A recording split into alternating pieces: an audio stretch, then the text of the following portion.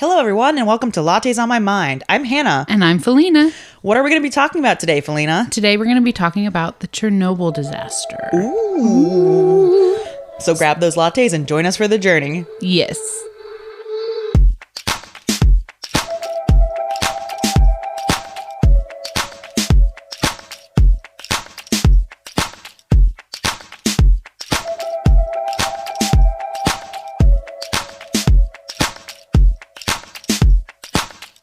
Hannah, What's up? this is our first time recording since we took our little break. I know we've already released two in 2025. Yeah, we released two because we recorded those ahead of time. But this is our official first episode. And that's exciting. As you can tell, we haven't done this in a while. Yeah, and I still can't talk in the new year. That should be my resolution. That resolution isn't going so well. No, it never has. Like, my sister had to teach me how to say, like, the INGs of my ending, like running. Yeah. Because I used to say it like running and jumping, like Irish almost. So I'm like, I don't know if I've mentioned this before in the podcast, but yeah, I've always struggled a little bit with my... It happened. She says monster instead of monster. I think that's a dialect thing, maybe. I don't know. Or maybe I just say it wrong. Well, okay. In my defense, here's another thing. I was homeschooled. You know, me and Marshall, we had to stick together because we were both homeschooled. Yeah. I don't know. But Marshall can say monster. Yes, he can. I read a lot. And so, like, for me... That is true. Like, my curriculum, I don't know how they did it, but, like, it was a lot of, like, your own pace sort of thing. So, like, I was just reading things. Like, and so lots of the times I would just say it in my head, however I wanted to say it. You know? However it made sense to you. So, I don't know why monster, like, where that came from. I don't know. That might just be a Hannah thing. That's just Hannah. Excuse me. She also has like weird little, like, she'll say like your O's in general are weird. Yeah. Are weird. Yeah. I think that's just my family though. Instead of both, you'll say both. I know Wes made fun of that for me, but like I hear weird differences like with you all because like, but it's more like what you say, not like the way you say it. Like when Wes says, I'm going to go to the grocery, like that's weird to me. Like, I'm like, you're going to go to the store. Not just the grocery. I don't say that. That's a Wesley thing. Oh, okay. But I've heard other people say it too here. And I'm like... I'll say we need to go get groceries. Yeah, that makes sense to me. But going to the grocery does not make sense to me. I don't say I need to go to the grocery. Okay. Maybe it's just a Wesley thing. Maybe. But yeah. Maybe he's just a weirdo. But then you, with your chili, you say you put noodles in it. I'm like, that's not chili. Do you guys put noodles... Okay. You can have chili without noodles, but like, do you put noodles in with your chili? No, people don't do that, Felina. People do that. It's a thing. It's a legit thing. I looked it up, and it's like a southern thing. Yeah, well, but not even southern. It's like Ohio, Indiana, and Kentucky. Because like, I'm also southern. Doesn't like Skyline put stuff in their chili? Maybe it's a Skyline thing. I don't even know if I've never had Skyline. Is it good? Is it Skyline that's at Kings Island? Maybe. I don't know.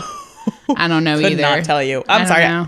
I really got on a we got on a tangent here, but just you let us know. Right. You can email us at lattespodcast@gmail.com, or you can reach us on Facebook and Instagram under Lattes on My Mind, or you can comment on any of our posts on Spotify, YouTube, Amazon, Apple, and Audible. We love it. I mean, do they belong in chili? That's our question. Noodles belong in chili? I say yes. What kind of noodles? Like little macaroni noodles. Macaroni? Get out of here. You can use any noodles. Sometimes Marshall will put spaghetti noodles, and that's where I draw the line. Hold on. Then it's just liquidy spaghetti. That's disgusting. But yeah, you can do like little macaroni noodles. You can do the cavatappi. I love cavatappi. I love a cavatappi. How do you say noodle. that? I don't know if that's right. How do you pronounce that? Let us know also. You can do whatever noodle your heart desires. Right. I mean, I can imagine like, do you know those like, you get them in bags instead? They're like those egg noodles, they're called. Like the thin ones. Yeah. I feel like that would be like a soup thing, like a chili thing. Nah, I feel like that wouldn't work. I feel like it'd be too thin. It wouldn't be too thin to be good. You need a little something, you know, to get you through it. Speaking of getting through things, listen.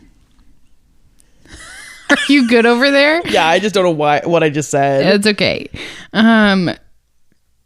The Chernobyl disaster. Also, if I am mispronouncing it, Google said you pronounce it Chernobyl. So there's that.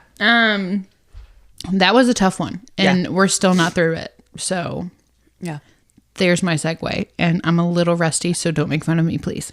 I feel like we are a little rusty. Sorry. We're the rust. It's slowly coming off. It's slowly but surely we're making our way. Yes, we're trying. We're trying. What do you know of the Chernobyl disaster? I know that there is correct. It is blocked off now. A lot of the portion of it. Yeah. Mm-hmm. There was I can't think of the word, radiation explosion. Yes. And there have been like genetic changes and lots of things like from it. Yes. But like, and I know I've watched things on it, but like it's been a minute. So like, I know like the basic, like I told what happened. I told Marshall that Chernobyl was my topic for this week. And he goes, does that mean I can go in there and I can put on some documentaries and we can just watch them? I said, absolutely it does. Yeah, that's definitely how a podcast works. Yeah. Well, no, because he could have joined us. What could have been his topic? I know. Guest topic. But I was doing research on it and he was like, okay, can I put these on while we're doing research? Oh, and while you're doing research, helpful. yes. Yeah, it was helpful because they would say something and I'd be like, oh. Yeah. And then I'd Google that and then I'd be like, oh, okay, so that did happen. I thought he meant like while we were recording it. That's why I said, yeah, that's how a podcast works. No. It's like, he meant like literally last night whenever when you were, yeah. And he was like, does that mean we get to watch Chernobyl? We were literally up until like midnight watching. Yeah. Like I was done researching. But I had everything I needed. And I mean, I could have gone deeper, but like I have 5 pages of notes, which is not normal for me. Not. I was like, but it's bigger writing. It is 13-point font because I was like, why have I been doing 11-point font? This is so much easier. I don't know. I have 11. Yeah. And it looks small, so I should have. But yeah, so that's what we were doing. We were just sitting there watching, and people will get it. I'll tell you this later. Okay. Let's get into it. So it's April 26th. Okay. 1986. But that's not that long ago. No. I thought it was longer ago than that. Okay. 1986. They were performing a safety test on a nuclear reactor. Okay. Nuclear reactor. That's a hard one. I kind of just threw that together. Sorry. Nuclear reactor. And then there was a failure that occurred. Okay. So this happened at the Chernobyl Nuclear Power Plant in Pripyat, Ukraine, which was a part of the Soviet Union at the time. Right. There was a population in Pripyat of 50,000 people. This whole thing, I'm just gonna say this little disclaimer. You don't have to believe it if you don't want to, but this is how I feel about it. This whole thing happened because people wanted to cut costs. Mm-hmm. Basically, people wanted to cut costs. They didn't want to pay what they should have been paying. And there was poor management. There was a flawed design. There was operator error. But that, again, was due to the poor management because they had inadequate training. Yeah. And they wanted to rush. They were in such a rush. And you know where you don't cut costs? For safety. Yeah. Especially at a nuclear power plant. That's not an area you cut costs. In their defense, nothing like this had ever happened. Right. They thought, we have it so under control. We know. Like, they were running the test basically to see, like, can this still operate if the power goes out? Right. Oh, okay. Like, this was like the safety test that they were running. And there was like 4 reactors. They had 1 and 2 in one building. They had 3 and 4 in one building. And then there was construction for 5 and 6. So it was like going on. Is this going to work like a generator sort of thing? Like it's going to work when the power goes out? Yeah. So at the time, the Soviet Union was using nuclear power for, obviously, yes, they were trying to build a nuclear bomb, but then also, or had built a nuclear bomb or whatever. Right. But they were also using nuclear power as like their energy source. Oh, okay. They were trying to make it their main energy source, which seems just too risky for me. Yeah. This is too risky for me. Going straight into it, 2 workers died that night, the very night of the explosion. One of their bodies was never found. Oh my god! And there's now like a monument to them, like just in the building. Just like disintegrated? People are still working in the building. Wait, people still work there? Yes, we'll get into that. What? Yes, crazy. So 2 people died that very night. And then one of them was going to look for the other guy. Aww. And then he died. And then 28 more were transported to the hospital where they died within 2 weeks. Dang. From like the radiation sickness. Their youngest worker that I could find, he was 25 years old. Oh my gosh.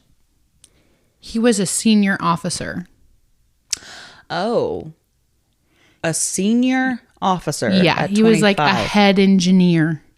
Okay. And he was only 25 years old. Yeah. Which is what I say when I say inadequate training and they were just trying to cut costs. If they pay a 25-year-old to be a senior engineer or officer or whatever, they don't have to pay him as much. Yeah. It would be different if it was the 1800s and 25 was full on halfway through life. Yeah. But I mean, this is 86, so it's not. Yeah. This is in the 80s. Yeah. You're still like, yes, you're older, but you're not that older. You're still pretty young at 25. Well, you know what I mean? All of them, like, there wasn't anyone like over mid 30s on that shift. Dang. What? Yes. Yep. Mm-hmm. It's like putting me in charge of a nuclear. I know. It just would be a disaster. I couldn't do it. No, I could never do that. Like, that's just so much. Anything that's safety based, no. You know me. Nope. No. Yeah. I mean, literally. Yeah. Not because I'm not safe, because I am. And so that would freak me out. Like, no, I know you would like obsess over it. Yeah. But like he was a senior officer and he was my age. Like, what the heck? Felina's running the power plant. Yeah. I couldn't imagine. Yeah. So also, it's important to note, this didn't just affect Ukraine. Right. It wasn't just even the Soviet Union. Yeah. Like, it was in Sweden. And Sweden was actually the first country with like radioactive evidence from Chernobyl, and they started reporting it. Oh my gosh. They stopped allowing their kids to go outside and their like civilians and stuff. Meanwhile, in Chernobyl, the citizens knew nothing about it. They knew nothing of the risks they were encountering. They weren't evacuated. Their kids were playing outside. They were, life as usual. Oh, there was a fire at the Chernobyl plant, but they put it out. We're good. No. They weren't told anything. And that's quite a distance. Like, Sweden from Ukraine, if you like look at a map, like that's... I mention it a little later too, and I think I put like the distance from with Sweden. 19 countries other than Ukraine were affected. So it was Sweden, Finland, Belarus. And Belarus had 60% of the contamination fall on them. Because it like went out and then fell. Oh my gosh. Well, and the winds like carried it too. Russia, Austria, Norway, Switzerland, Romania, Great Britain, Germany, Italy, France, Turkey, Georgia, Armenia, Emirate. I don't know how to say that. China and Africa. Dang. Total that they... Again, this is the Soviet Union. They were trying to cover everything up. So, but from what we can tell, 350,000 people were evacuated. Oh, they were going to say died. I was like, oh my gosh. Oh, no, a lot more than that died. Oh, wow. Yeah. So 350,000 people evacuated. That just kind of like helps the gravity of like, this was a huge deal. Now, 350,000 people evacuated from all these countries or just from Ukraine? From Pripyat and the surrounding towns and cities and stuff. So this is just that. Okay, wow. Yeah, and somewhere I only saw this in one source, so I didn't write it down. But somewhere I read that the resettlement process is still occurring. Like, people still aren't like resettled. I mean, that's not even 40 years. 86? No, because 86. 86 to 06 would be 20 years. I said 40, didn't I?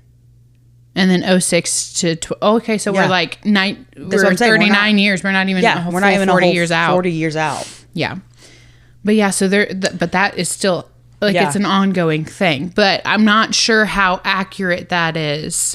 Do you have a sprinkle? I have sprinkles on I know, I keep finding them. I just found them. We had donuts, and they had sprinkles on them, and... They got all over the place. Yes, I'm sorry. I totally got distracted by that. But no, yeah. I say all this to like kind of just like the gravity of the situation of like how big it was, how massive it was. It spread over 19 countries. It was poor management. Everyone was trying to cover everything up. Well, the Soviet Union was trying to cover everything up. Right. act like everything was normal. And because of that, I feel, and I know that like other people, while I was researching, other people feel as well, that because they were trying to cover it up and like minimize what had actually happened, the death toll was raised. Wow. Yeah. Okay. Which is just so sad. So we're going to get into what happened exactly. Yeah, what actually happened? How did this happen? It's a nuclear power plant. Sure. Right. Yeah. It's like materials. Sure. Yeah. But like it's the biggest like nuclear event that has ever happened, you know? Right. So it's like, how did this happen and why hasn't it happened again? Like, like obviously we learned from it, but basically it all started when they started using, nuclear power. In the Soviet Union, they really favored and preferred the RBMK reactor design. Don't know what that is. I don't know what it stands for. I just know it's RBMK reactor design. Okay. Basically, what you need to know about this is it prioritizes production and ignores safety concerns. Oh, okay. Cool. So you can pump out more and more and more and more. Faster. But there's some flaws in the design, and I will tell you about the flaw later. But first, oh gosh, we're going to go through the events of what happened. Okay. As they happened all the way until like May. Okay. So on April 25th, okay, the day before the reactor explosion, they had scheduled a safety test to see if the reactor would work and it would still be okay in the case of a loss of power. Right. They were testing reactor 4. Again, there was only 4 reactors. 2 more were under construction. They used 1,000 thermal megawatts of power. I don't know what that is, but that sounds like a lot. Each, I know.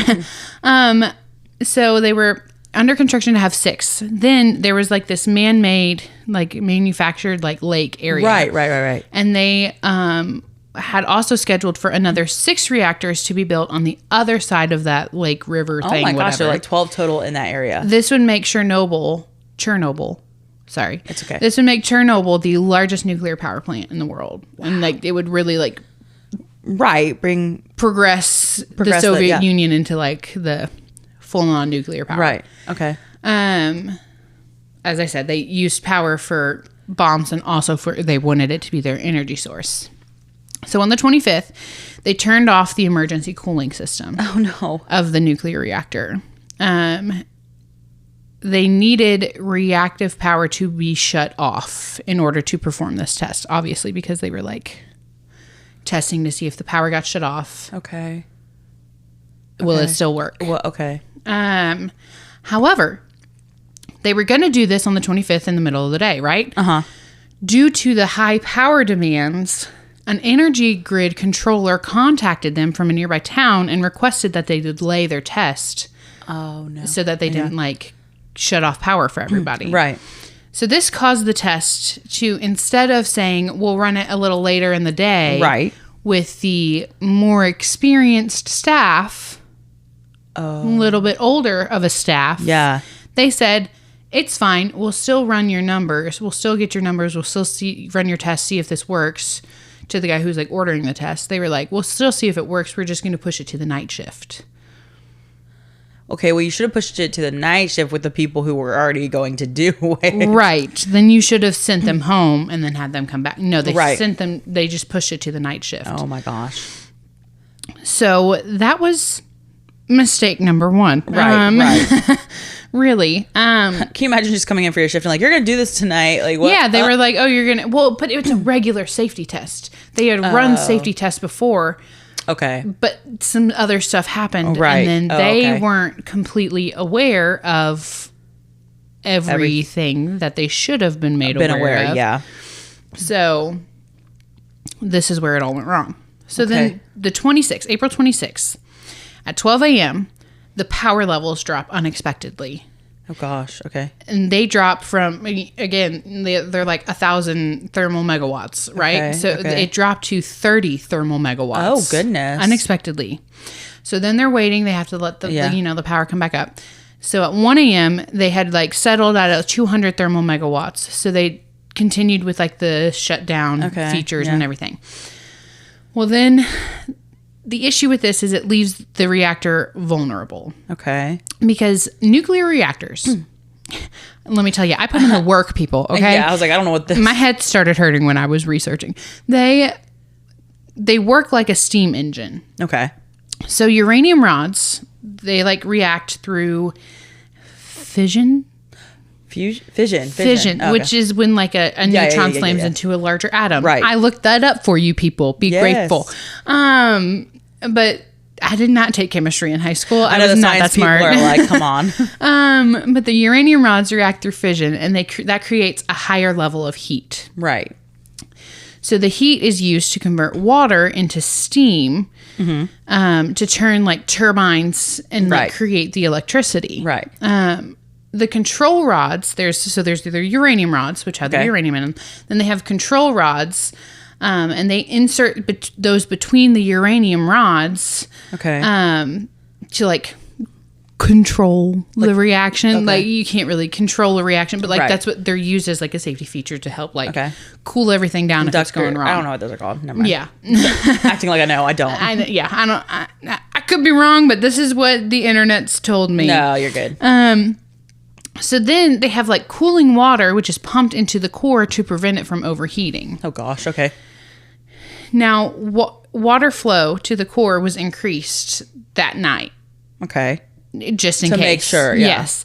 But with each additional pump of water that was pushed in, it caused heat to be removed more quickly from the core because it was from the core because it was like it was so hot. So it was just like it was pumping in water and it was just turning into steam. Right. And it's so like when you pour hot water on, it just kept building and building and building. Yeah. It's just building up this like steam pressure.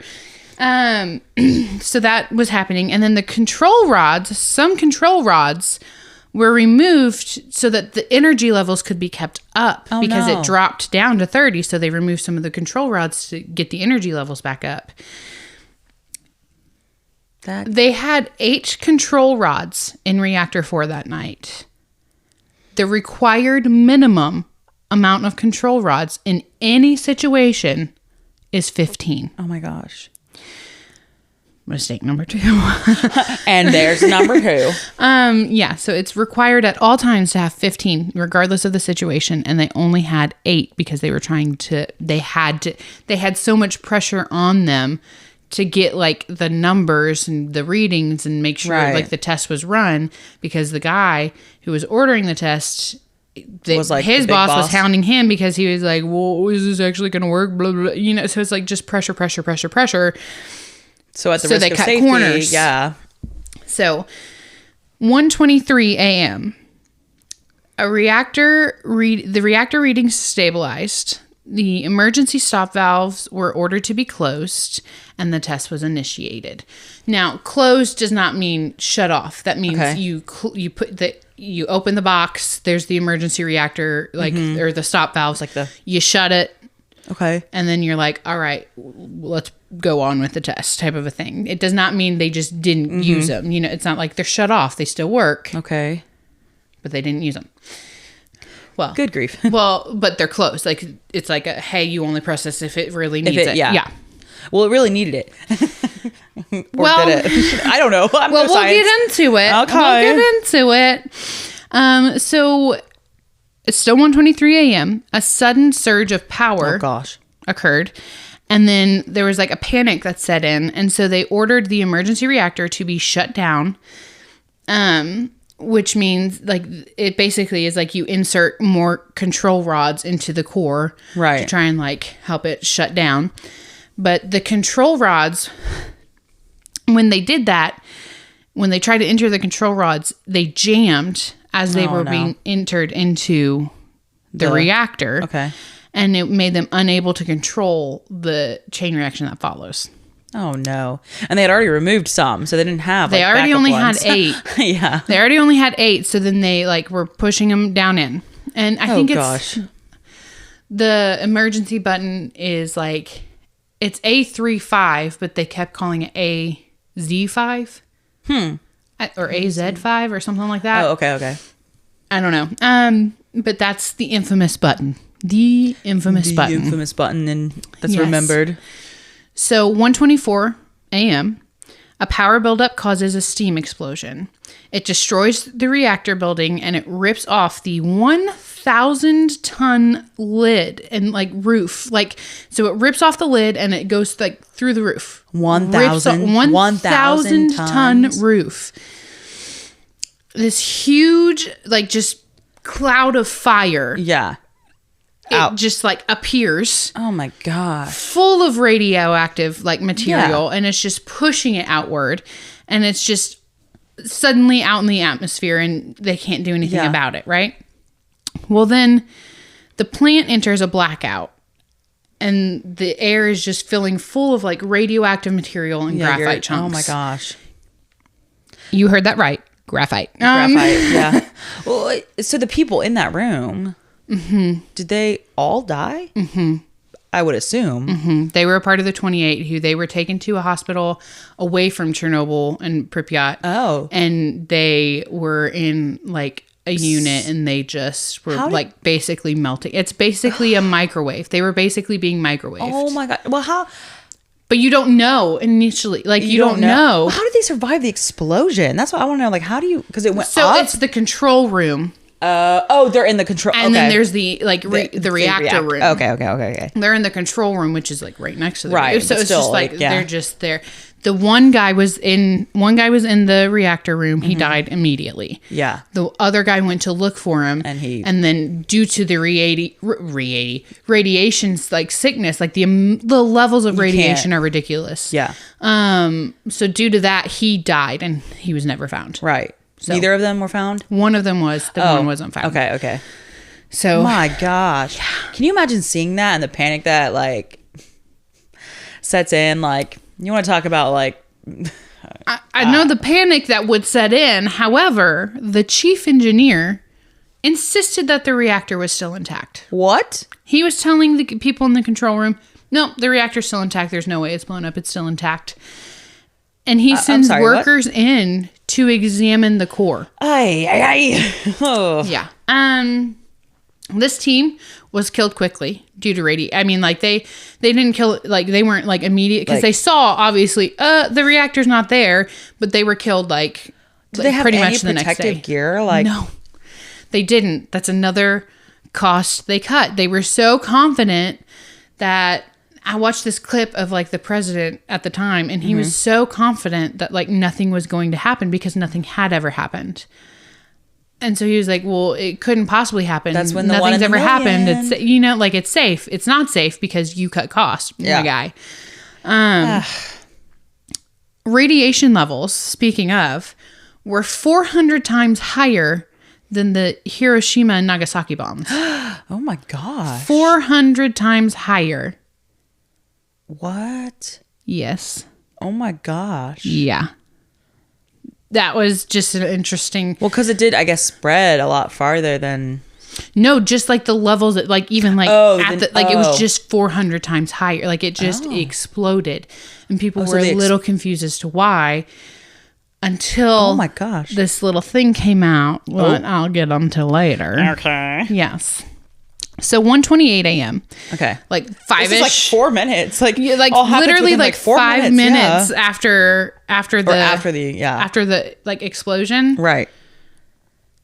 They were there. Firefighters arrive on scene. Dang. Completely unaware of the radiation. All they were told is that the roof of the nuclear power plant is on fire, because the roof was on fire. Because the reactor was on fire and it blew the roof off. So they just said, "Oh, it's on fire," and they didn't even tell them that what actually happened. Yeah, no one from the power plant. Well, the chief engineer was insisting that it was still intact. Fine, it was safe. Yeah. So the firefighters come on. They're completely unaware. They begin pouring water onto the fire, and like nothing's putting it out because it's not a normal fire. It's a radiation fire. So it's like, what do you do? Right. Then the firefighters from the first round of firefighters, they begin like vomiting and losing consciousness. Oh yeah, for sure. So and they don't know what's happening. Then at 1:45 a.m., so it's a little bit longer. Yeah. A new team of firefighters arrive because all the other firefighters have lost consciousness. Yeah. And they see one of the drivers. He he was still alive whenever he did this video, but he said that he remembers seeing graphite just laying everywhere. And now there shouldn't have been graphite in with a nuclear reactor. Okay. That's like, why is this here? This shouldn't be here. We don't use graphite. You know, like it shouldn't have been there. So even like whenever the people from like the heads, the officials flew in, they were like, that's graphite. And they were like, why is it graphite? And they were like, whatever you do, don't fly over the building. Like whatever you do, like you can't do it. It was crazy. Oh my gosh. I don't know the significance of it. I just know that graphite should not have been present. Okay.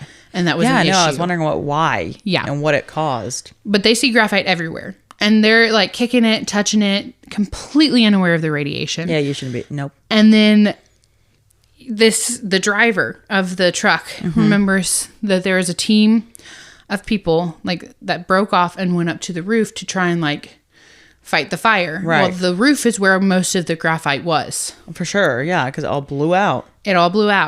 And he said, I remember my friends, I can't remember their names because honestly, I'm leaving names out of this one because I can't pronounce them.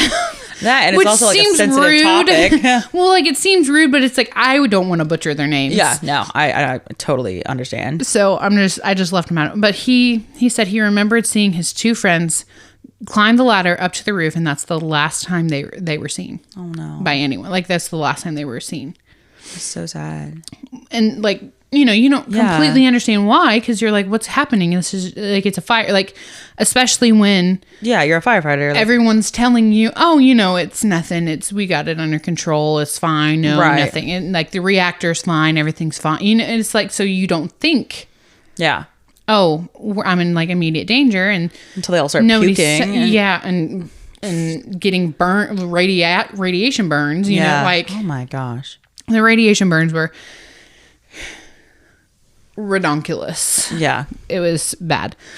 So yeah, they were never seen again. And then at 2:15 a.m., an emergency meeting of officials not in Pripyat, they're like somewhere else in Ukraine. Right. They call for the roads to be blocked in and out of Pripyat. So nobody can get in, nobody can get out. Well, they need to get out. But at least here we are. So police, they're throwing people in. Police are lining the streets, blocking everything off, also completely unaware of the radiation that they are like coming into contact with. Yeah. And again, it is basically a human microwave at this point. Like they're basically being cooked in a microwave and they have no idea. It's crazy. One guy said, you know, like obviously it's invisible, but one guy said you can taste it. Oh yeah. He had been into Chernobyl. Yeah. And he said you can taste the radiation. And he was like, and one guy said that this one form of radiation is like sweet. And if you taste that, you need to run. Yeah. I was like, oh my gosh. Yeah. But yeah, he's like a photographer. Can you feel it happening, or is it just like slowly? It's slowly. So you have like, they come on slowly. So you'll get like a headache and you'll start vomiting and like stuff like that. Yeah, and then all of a sudden you feel like you're on fire because like your skin is burning, and then it's just an escalation, and you just just slowly. What radiation does is it attacks your healthy cells. Right. So it takes your healthy cells and it just attacks them. Gets rid of them. And most commonly causes cancer is the most common thing. Right. So police are lining the streets. They're, blocking everything off. That's literally what I had next is it damages the cells at like their fundamental level. It damages your DNA. Turns healthy cells into cancer cells, causes generational cancer and generational defects. Right. So if you are exposed to radiation, if you were to have a child, that child has the effects of the radiation that you were exposed to. So it's wild. There was also reports at one point that they tried to put they had to get the graphite off the roof because otherwise it was just going to keep blowing the radiation everywhere. Oh, wow. Oh, so they had Russia build a special robot. But again, they're trying to act like everything's fine and that nothing is wrong and everything's normal. Right. And that it's not really that big of a deal. So Russia builds a robot, completely unaware that graphite is there. And it's this like big, huge robot. It's like this, like supposed to like last forever because all the other machines they had sent up died. And so then they send this one up and it works for a second, but then the guys are like, what is that? And then it just shuts down. And because they didn't put anything around it to protect it from graphite, so it just shuts down. What? I need to know. I know you don't have this. I need to know what the graphite affects all of that so much, or why it was there. Just so like, what? We'll get into it. Oh, okay. So the stuff on the roof, it was bad. So what they actually ended up doing is they sent men in to clean up the graphite. Now, this is where they were a little bit nicer to them, and they said you cannot be out there longer than 40 seconds. It was like, once you hear this bell, you come back in. So they like swap out. You come back in. Yeah, and then they would like they would drop the shovels, drop their stuff, and then leave. And then they would never have to go back up again. Oh, wow. Like literally they were only allowed to do it once for 40 seconds. Dang. So you can imagine the amount of people they had to throw at it. Right. Without really proper training or proper gear or anything like that. Yeah, protection of any sort. Is ridiculous. So basically at one point, someone said they literally told them, you're going to take as many chunks, like help each other if you have to, but take the chunks of graphite, throw them over the ledge, but do not look over the ledge. Because the radioactive fire is still burning under. Like the core is still on fire. Oh my gosh. Yeah. So they can't look over the edge. They just have to throw it and trust it's dropping. But yeah. Gosh. What? I know. What? I know. And they probably didn't have like any sort of, like I said, they didn't have any like goggles or masks. They gave masks. Okay, well that's okay. But certain people. What kind of masks, you know? Yeah. And certain people weren't wearing the masks. And whenever they had to like get miners to go in to like shut things off or whatever. I can't remember exactly what it was, but they had to get miners to go in and dig under. And the lead miner was like, they gave us these masks, but you're not wearing a mask. He goes, do they even do anything? And he's like, not enough. And then so he's like, then we're not wearing masks while we're mining. And it's hot, Yeah. And they don't have, they can't use fans because they can't just that'll just blow radiation everywhere. So it's like they're burning up. So he's like, then we're not doing it. Like, I'm not going to ask my guys to do it if you're not even going to wear it. Like, it is what it is. Okay. Anyways, 6:35 a.m. The sun comes up and it reveals the like scope of the devastation, right? I kind of forgot. Like, yeah, this is still in the dark. This is still like, it's still 2:00 in the morning. Now it's 6:35. The sun comes up. It reveals the devastation. The fire is extinguished on top, like on the roof. Like the roof is like, it's extinguished, right? Okay, right. However, the reactive fire continues to burn for days, like a while. Yeah, it took forever for that one to get burnt out. My gosh. 10:00 a.m. Helicopters, they start using helicopters to dump sand, boron, clay, lead. Lead? Yeah, and lead directly onto the core because they're trying to put the reactive fire out. Right. I think it was 600 pilots risked like their radiation sickness and everything to fly close enough to it to get, because they can't fly directly over it. Yeah, you can't fly directly over it, otherwise the helicopter's gonna, like literally it'll just stop working and you're gonna crash. Like that's literally. So they had to get close enough to it to try and dump this, put something on it, get something down there. So that happened at 10. At 2 p.m., civilians were still told nothing and were continuing on with their lives, completely oblivious with the radiation. And then finally, again, this happened at what, 1:00 in the 1:30 in the morning? Yeah, like 1:20. Yeah, you said like 1:20. It's 2 p.m. the next day. And the civilians are not told what was happened. They're just told that they need to evacuate Pripyat and the neighboring towns. You know, like, so they're told it's only a temporary evacuation and that they only need to pack the essential belongings. Oh my gosh. And that they would be coming back. Mm-hmm. Again, not told about the dangers they had encountered, not told how to, like, protect themselves against anything. There is something that you can protect yourself with. Yeah. Sort of, somewhat. Basically told nothing about it.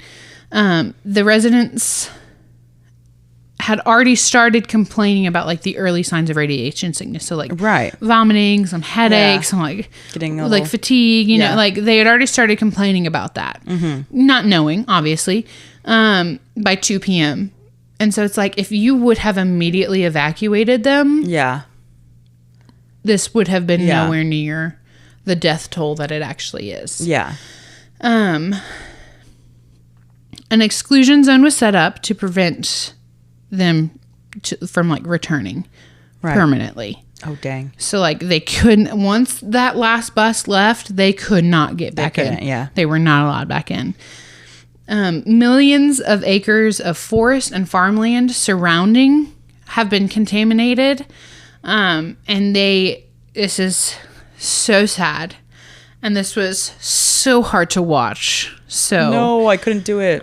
They formed hunting squads. No. To hunt and kill the animals in the area because they were so contaminated. Oh, no. This included pets. No. I know. Mainly pets. You know, like, it's... I'd be taking my pet with me. Well, some of them... I mean, they live on a farm. Yeah, I guess. They were told, this is a temporary evacuation. You're coming back. They were like, yeah, you'll be fine. You know, you're good. Yeah. Whatever. So some of them... Because they didn't know what it was. So, like, what if they just think there's, one, like... Also, pets aren't essential. They are to me. I know. But, like, pets aren't an essential item. Yeah. So, I'd be grabbing my 2 German Shepherds. I'd be like, bye. Yeah, there was a lot of German Shepherds. Stop! Don't At least in what we watched, which some of what we watched was, like... The whole reason I did this was because we watched, like, a show on it. And like, so, but yeah, there was lots of doggies. Oh. In the show, it even showed, like, this one guy, it was, like, his first day, and they were like, well, it was sweet because the guy in charge was saying, you shoot them, and if you injure them, you track them down and you make sure they're dead. No animal will suffer on my watch. Right. Like, he was like, it's instant. Right. Well, then this kid, he was, like, young. He wasn't, like, a child, but he was like a young man, you know? And it's his first day on the job. He's going out, he's assigned to this hunting group, and he finds a mom and puppies. Stop. You don't need to tell me this. All exposed to radiation. No. And I said, this is awful. And I had to, like, look away and, like... Yeah, I could not cover my ears. And then I was like, is it done? And Marcia goes, yeah, it's done. And then I look up, and then there's just, like, a mass grave of dogs. And I was like, you suck. He was like, I didn't know. Anyways. Oh, I could not. That's so sad. I know. It's awful. My heart is broken. Hundreds of thousands of people remained. You can't force people to leave. Right. Well, you can tell them to evacuate. You can't force them to leave. So, I mean, they obviously faced horrible radiation after that. But, yeah. And then they just kept, like I said, sending people in without proper equipment and proper training. So it's just, like, you can't do that. So now we're into Monday. So this happened on Sunday? Yeah, technically 1:30. Okay. Yeah, technically speaking, yeah. Monday, 9 a.m., the Sweden Nuclear Power Plant, which is over 100 kilometers from Chernobyl, registered unusually high levels of radiation.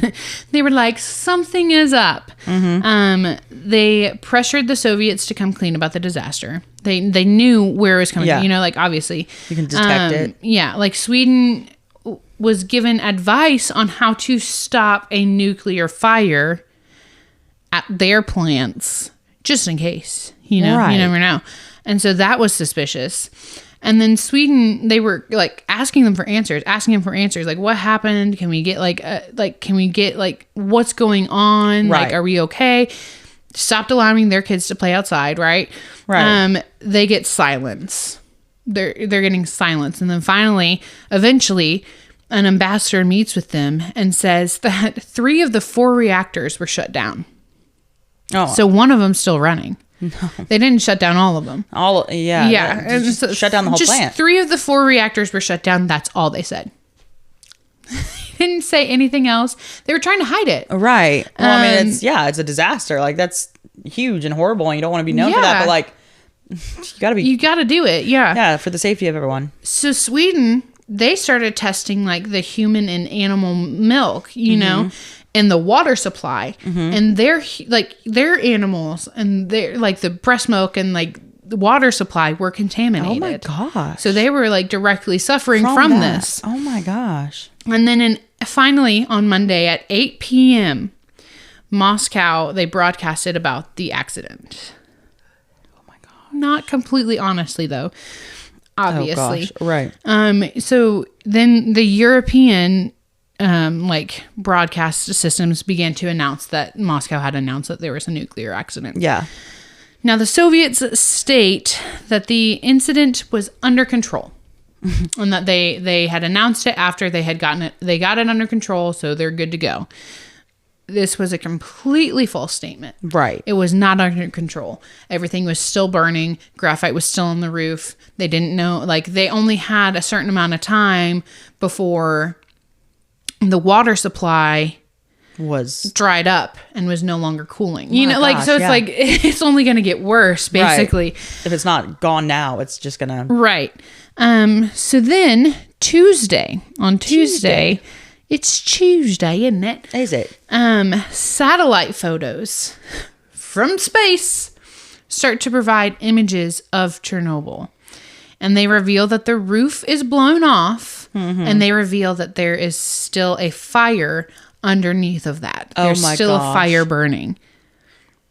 And they can see this, So this so clearly everything's not under control. Right. Yeah. So then Wednesday, the Soviets show photos of the plant, and they start to deny casualties. They deny fires, and they deny like the destruction that it's caused. But they're seeing it in the satellite image. But they're seeing it in other countries' satellites' image. Yeah. Another country's, I can't remember which country, but another country's satellite was like, bro, caught these images, and so, but then they took like a photo from a different angle to where you couldn't see the fire and everything. And they were like, oh, you see, we're fine. We're good. That's old news. You know, like, we're good. So then Thursday, we're going to jump ahead. Okay. To May 1st. Okay. Despite danger and despite the, like, enormous amounts of radiation being blown everywhere, because nothing's been, like, covered up or anything. Right. Ukraine and Belarus went forward with their May Day parade. What? Now, officials believed that it was best to act like everything was normal. What I think is it would be best if you told your civilians that they needed to stay inside, and that there was radiation, and that they were all being exposed to all this radiation, and that their kids were going to get cancer. So, yeah. I get keeping like a certain amount of calmness because you have to in order to like take care of the situation, but that's different. Right, but you're not warning people. Like, it's one thing to be like, you need to instruct them what's happening. You and can then like say, keep like, there we're was working a on nuclear it. explosion. Yeah. We are working on it. Right. There are steps that you can take, and you will be perfectly safe. You know, like, right. Like that kind of calm, not like just but everything's provide normal. Them the steps. Yeah. Gosh. Yeah. So it did not go unnoticed that the government officials were absent from these celebrations. Oh, The people, they knew. They weren't stupid. They had a distrust of their government. Yeah. You know, like they knew something was wrong. They didn't know what it was, but they knew something was up because the government officials didn't attend the May Day parade. And then on May 1st, materials, so the clay and the lead and all that stuff, that were thrown onto the reactor were causing the temperatures to rise. Oh my gosh. So the fire they were trying to put the fire out, but it was causing the temperatures to rise hotter, because they did not realize how little water was left in the tanks, the cooling water. They thought they had enough water. They were out. So there's that. On May 2nd, firefighters pump water from the reservoir. So like from where like the little man-made thing. Like they begin to pump water into it to try and cool it down. Yeah. Because the tanks underneath are out of water. Not, Over 60, and they called them liquidators, like the cleanup crew. They were called liquidators. Over 650,000 liquidators would help with the first year with the cleanup. Yeah. 650,000. I didn't even know about this job, and now there's 650,000 of them? I know. And that's just in the first year. My gosh. 8,000 to 10,000 people died due to radiation. Of those workers? Yeah. Oh my gosh. Yeah. So they didn't have from the first year. No, they weren't giving them protective gear. I still just keep saying that. Like, it just blows my mind that that's like. Yeah, they weren't. I mean, at this point, at a certain point, it was like, okay, clearly there's radiation because they're not like, like at a certain point, you'd have to realize. Right. But like, they weren't giving them any like protective gear. They gave them like a mask, like a COVID mask. That's what I'm saying. It's not like a respirator sort of like thing. It's just like a no. And at one point, they sent in people like underneath to like turn it off, and then they were like, "Yeah, you're gonna get like a pension, and it's gonna be this much, and like for the rest of your life." And then it was like they didn't even know that they were gonna be dead within 3 days. My gosh. Yeah. So it's like that's not gonna do any good. They didn't actually have to pay them because they were gonna die in 3 days. That's so messed up. It is. It's really messed up. And then May 6th. Okay. May 6th was the first like official report was released in the newspaper. Oh my gosh, that's like what, like 11 days or something? Yeah, 11 days. 11 days exactly. Oh, okay. I was like trying to remember how many days April had. No, yeah. It was the first official report that there was a nuclear explosion and that there was radiation. And all the other countries are like, old news. We saw it. Yeah, all the other countries were like reporting on it. Yeah. And they were like pressuring them to come out with it. Just say it, yeah. Yeah. 11 days after the explosion, okay, the Ukrainian people were warned against eating leafy vegetables, and they were told to stay inside. What could you eat? Like packaged food? Yeah, I guess. Yeah, like what in the world? Soviet officials were finally admitting that everything was in fact not under control. And that it was a little out of hand. Just the fact that they're now telling them 11 days later, stay inside. Like what? They're already exposed. Yeah. 11 days. Then they started giving mainly the children, but also like, the women and men. But people started taking iodine to protect their thyroids from the radiation. Yes. Okay. So like they were taking like iodine tablets to protect their thyroids from the radiation because thyroid cancer is still the leading cause of or leading side effect from radiation. And if they would have been given this 11 days prior, it would have been fine. Right. But they had kids like over here, like, my goodness. They like even like the kids who had taken the iodine, but it had already been 11 days. Their children had leukemia and thyroid cancer, like a constant, like it was like, that's what I'm saying. Like it's their children also suffer the consequences. So that's why it's like so hard to find like a death toll rate because there's still deaths happening because of it. It's an ongoing sort of thing. Yeah. Oh my gosh. That's why it's so hard. So what's the real secret here? It's like, okay, I did kind of explain to you like what happened. Like, here's the explosion. Here's how it happened.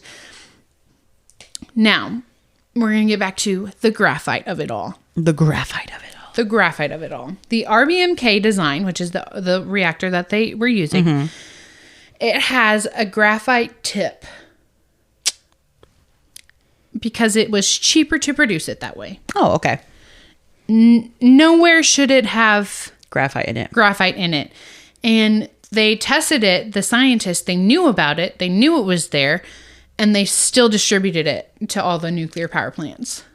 Oh my gosh. So when there was a surge of power and they pressed the AZ3 or AZ5 button, it pushed graphite into it, which causes a spike in power. Oh no. Which caused the explosion. So there was already a spike. And so they were trying to stop it, but the workers followed protocol. The workers were not aware of this flaw. Right. So when the spike of power happened, they said, we press this button, it'll go down.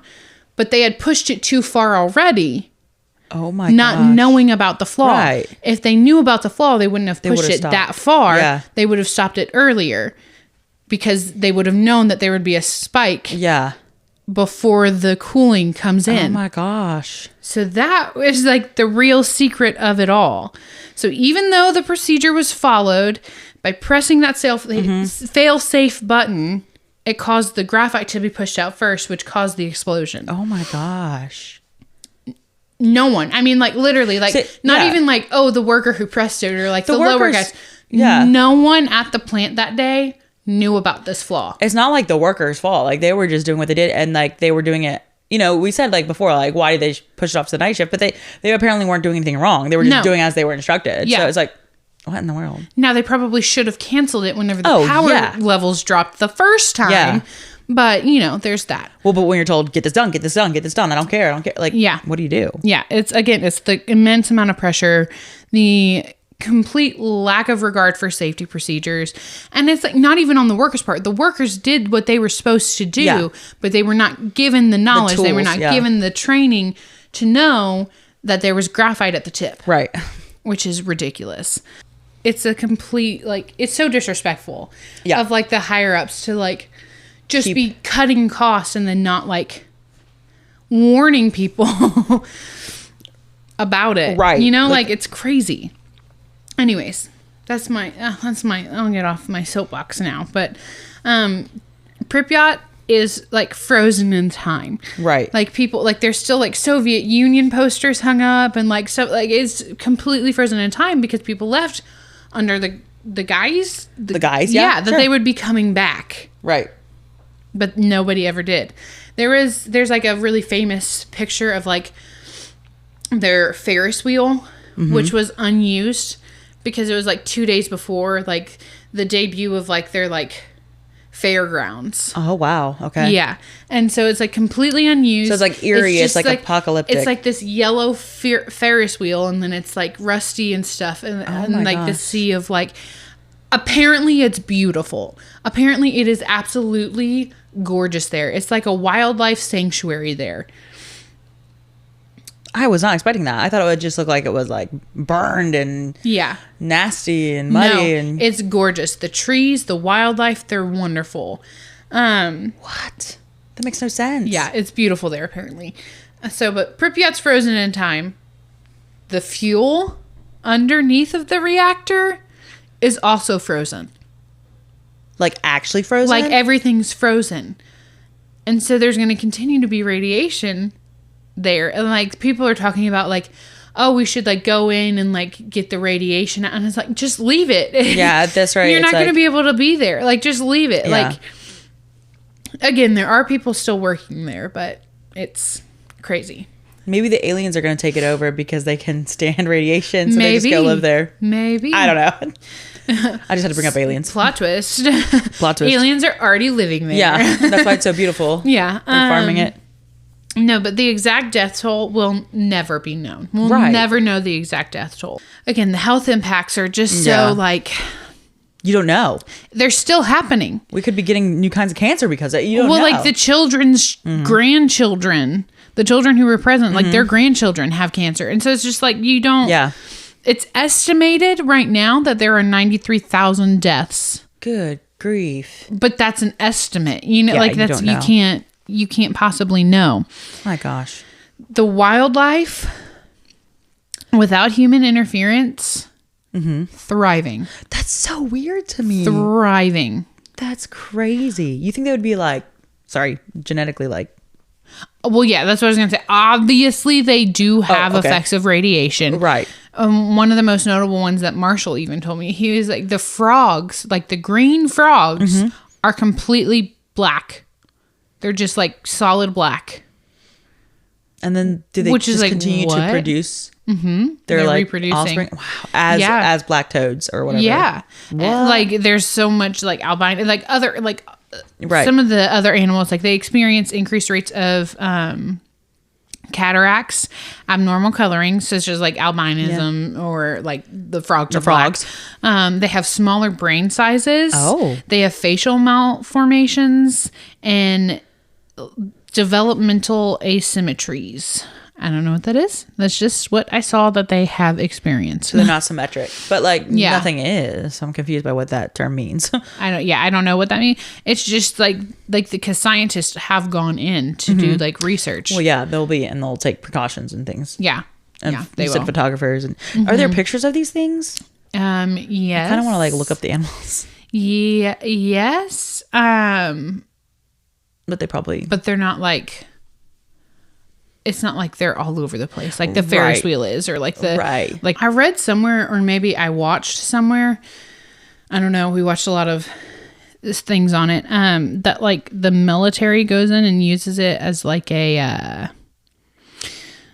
like training almost. What? Yeah, some of them. And then also Marshall and I looked it up because Marshall was like, I wonder if Chernobyl is like Russia's now, because like Russia and Ukraine and everything.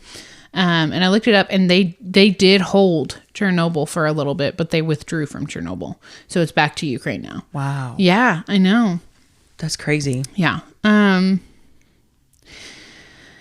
There was a safety confinement dome built around Chernobyl in 2010. Wow. So Chernobyl's the power plant, Pripyat's the town. The town, yeah. So people can get into like Pripyat. People can get into Chernobyl now too. Absolutely insane. Which is wild to me that anybody would want to risk that much radiation. I'd be like, I'm good. Yeah.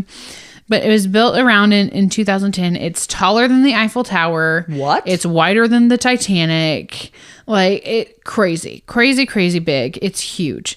And then a new dome was constructed in 2017, and they say it should last 100 years. What? Whether or not it will, I could not tell you. I don't know what the materials it's made out of or anything like that. But 100 years. Oh.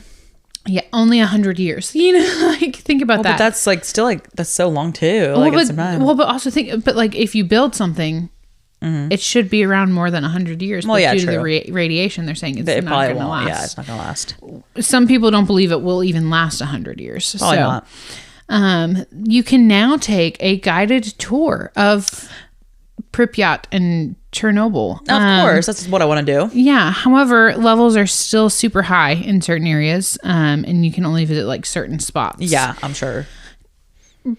But we watched a video of a guy going inside the control room of Reactor 4. Why? Bro. Like a guided tour inside of it. Like, that's crazy. So they built a dome over it, but then but you can go in. They're still working there. There's people who go to work there. Can you imagine that? It wasn't until the year of 2000 that reactor number 3 was officially decommissioned. Oh my gosh. Which is in the same building as reactor 4. Absolutely insane. Yeah. The common sense to me is like, what? Yeah, they work there to distribute energy. They no longer are producing energy. Okay, interesting. Yeah. But it wasn't until literally almost 20 years later until the reactor number 3 was decommissioned. That's absolutely And they shut it down and they stopped using it. Yeah. But you can go into the reactor number. I'm sure it's super expensive and you have to sign so many waivers and you have to wear these suits and stuff. So many waivers. But you can go into reactor number 3 and see it's exactly what reactor number 4 would look like. Wow. Yeah. Wow. It's crazy. Just wow. Yeah. It is still considered too dangerous for human inhibition for the next. Are you ready? You want to take a guess for how long you can't live there? Or inhibition. Habitation. Sorry. 300 years. Oh. 24,000 more years. Oh, 24,000. A little off. Just a little bit. 24,000 years? For the next 24,000 years. 24,000 or 2,400? 24,000 Okay, I'm just clarifying. I even wrote it out in words. Okay. So I didn't mess it up. Said I didn't.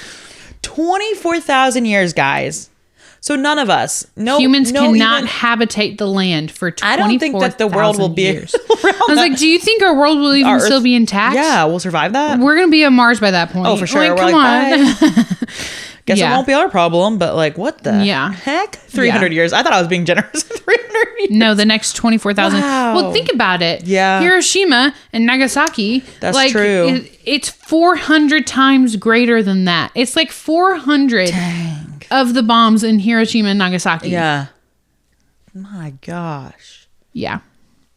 Anyways. Holy cow, guys. I know. Guys. And the fact that it's literally all because people were cutting costs and they weren't training people and they weren't being upfront and honest about people. Like from the jump, if they would have been upfront and honest about the graphite being in the tips, which has since been changed. Good. They're no longer there.